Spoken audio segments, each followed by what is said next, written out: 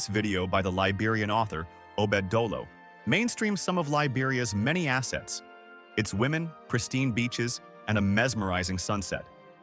Through this reflection on his poem, In Ducor Town, The Sun Lives Under the Sea, the writer weaves a captivating tapestry blending his childhood, the relevance of Liberian women to nation-building, their resilience, and the joy of nature in an encounter with one of Monrovia's notable beaches, the Bernard's Beach. Not far from this setting is the now famous in Liberian politics, the CDC sycamore tree, which is duly noted in the parting commentary at the end of the piece. One of Liberia's most eminent women, Her Excellency Madam Ellen Johnson Sirleaf, said that the well-being of a nation is inextricably tied to the survival of its women. In her drive for a reduction of Liberia's high maternal mortality ratio, she poetically asserted, "The nation thrives when the women survive. Let's strive to keep them alive." Keeping Liberian women alive also involves recognizing what they do and appreciating the importance of their role. In my opinion, women make the world go round, not like God does, but in their own unique ways. The way society treats them defines the nature of that society. This thought is affirmed by George William Curtis when he boldly claims, "The test of civilization is its estimate of women. Do we see our women as treasures from God? When this nation rises, it will rise because of the women. When it goes down, it will happen because we sideline them. The sun is everything to life on Earth. Without it, there would be only calamity." Even biology shows through genetics that the Y chromosome in a man can never make a viable being by itself. It always needs an X chromosome to become a living man. The poem, In Ducor Town, The Sun Lives Under the Sea, attempts to do two important things. Firstly, it immortalizes my childhood memory of Liberia's beautiful sunset as witnessed from Bernard's Beach, one of Monrovia's exquisite beaches. Today, there are many more attractive and popular beaches, and the post-war generation may not understand me here, but certain experiences are unique in the way they come to us. Though now faded and probably out of style, Bernard's Beach rocked in the 80s, and it was there I saw the sea in real life for the very first time when I was 16 years of age. Yes, 16. It may sound odd, but that is the truth. I grew up in landlocked Nimba County and got to visit Monrovia only when I was in the 11th grade. The second purpose of the poem is to honor Liberia's women by personifying the sun as one of them. In Ducor Town, the sun lives under the sea, when evening shadows grow lean and walk with bended knees. On Bernard's Beach, near the sycamore tree, the sun catwalks across the glowing sky. Twisting her waist to Pepperbird Symphony, she tarries where the sea caresses the sky and gives herself a touch of class. The sprawling sea, her dressing glass. She changes from her yellow working dress, then wears her orange-red evening dress. With that, she kisses Ducor Town goodnight and slowly glides below the ocean waves. Liberia is blessed with exquisite sunsets, and the number of places we can enjoy them from are numerous. Whether from the coastal plains of Montserrado, over the rolling hills of Margibi, or through the canopy of our majestic forest lands of the southeast, the magic and allure cannot be disputed. Yet words are not enough to translate what happens to a soul caught in a reverie under the sun's majesty as it flirts with the sea on its way to the other side of the world. Seeing it for the very first time in 1984, it is an image that was so firmly seared into my impressionable teenage mind that the years have failed to shake it off. In another writing, my pen was seduced into painting the background in which the sun gorgeously catwalks into the sea. Bernard Beach was an exciting place. A thick expanse of unblemished ivory sand stretched endlessly in both directions. Tall coconut trees, curved against the perpetual assault of the sea breeze, lazily adorned the seashore. The sun shone brightly but not harshly. The sea was calm and friendly and lapped effortlessly at the receding shoreline. Far against the sharp line of the horizon, a couple of fanty fishing canoes drifted in opposite directions, Many seabirds hovered to and fro. What else could I compare this resplendence to except to the beautiful and complicated creatures God has given to Liberia in the form of its women? Frank E. Peretti was even more strongly smitten when he observed, "You want proof there's a God?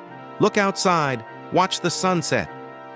The symbol of the sun as a woman gives a lot for reflection. The sun is a woman who sustains the universe, like the way a good wife holds the home together. Her light gives life. She does not sleep. She only goes to her other shift.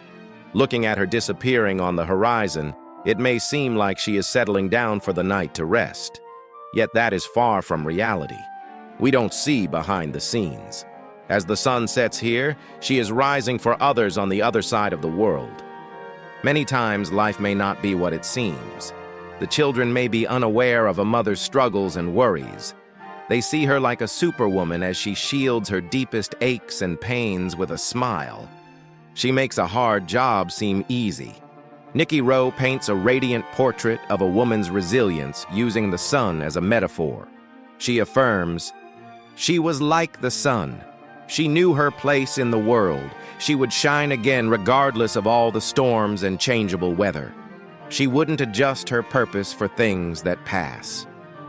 Kirsten beautifully elaborates on this thought. In the eloquent words of Nikki Rowe, the quote paints a vivid metaphor, likening a woman's resilience to the unwavering brilliance of the sun. Despite life's tempests and ever-shifting tides, her essence remains steadfast, an illuminating force that refuses to be diminished or deterred from its purpose. Just as the sun shines resolutely, undaunted by passing storms or fickle weather patterns, a woman's resolute spirit persists, her radiance undimmed, her path unaltered by transient obstacles. Her inner light, her raison d'être, burns bright, a constant beacon in a world of flux, defying the impermanence that surrounds her. The sycamore tree mentioned in the poem is an attempt to immortalize a certain tree which has become a symbol of the Congress for Democratic Change, one of Liberia's biggest political parties. It is not an endorsement of the politics of the party, but purely a gesture of recognizing what has become a cultural icon for a large portion of the Liberian population. I am not sure whether what CDC affectionately calls a sycamore tree is actually a sycamore tree. It is a lush green tree located on the grounds of the party headquarters on the Bernard compound in Sincor, Monrovia, where they love to gather and do politics. The genesis of the name is ascribed to former party chairman, Mr. Mulba Morlu, but it is not clear what it symbolizes for him or the CDC. In the Christian Bible, the sycamore tree is a famous place of encounter between Zacchaeus and Jesus Christ. Zacchaeus was a tax collector who was limited by his short physical stature and the fact that he was ostracized by the faith community. He climbed the sycamore tree to get a better view of Jesus. His life was changed by the act because Jesus noticed him. What is the connection with the CDC? What message are they sending to Liberia with their infatuation with the sycamore tree? Unfortunately, I must say that the CDC sycamore tree is no more. It became a sad casualty of a legal dispute when Monrovia awoke to the battering by a determined yellow machine one morning. It seemed like the end of an era, but CDC was planning a resurgence. At the groundbreaking ceremony for the party's new headquarters a couple of months after the devastation, we saw the undeterred partisans with a new sapling meant for planting. Perhaps that replanting symbolizes another generational shift in Liberian politics. Who knows? When the sun sets over the ocean and disappears in the evening, it really looks like it has vanished under the water. But to imagine that the sun lives under the sea in Monrovia is to have a naive view of reality. We may live under the illusion that the world begins and ends in our backyard. We can't help but interpret reality based on the little we see and understand. However, it is a big, wonderful world out there. When we make conclusions about it, it must be with the awareness and humility that there is a lot we don't know. In analogizing the sun to a woman, one writer asserted that it is easier to know the sun as compared to a woman. However, in true commitment to that complexity, we cannot escape the fact that the same sun that nurtures life may scorch and kill it. Notwithstanding, we cannot but appreciate its majesty when it rises and sets. It is always a promise of a new beginning, either here or beyond the horizon, under the sea. May the women of Liberia rise and shine for Liberia and the world at large like the sun.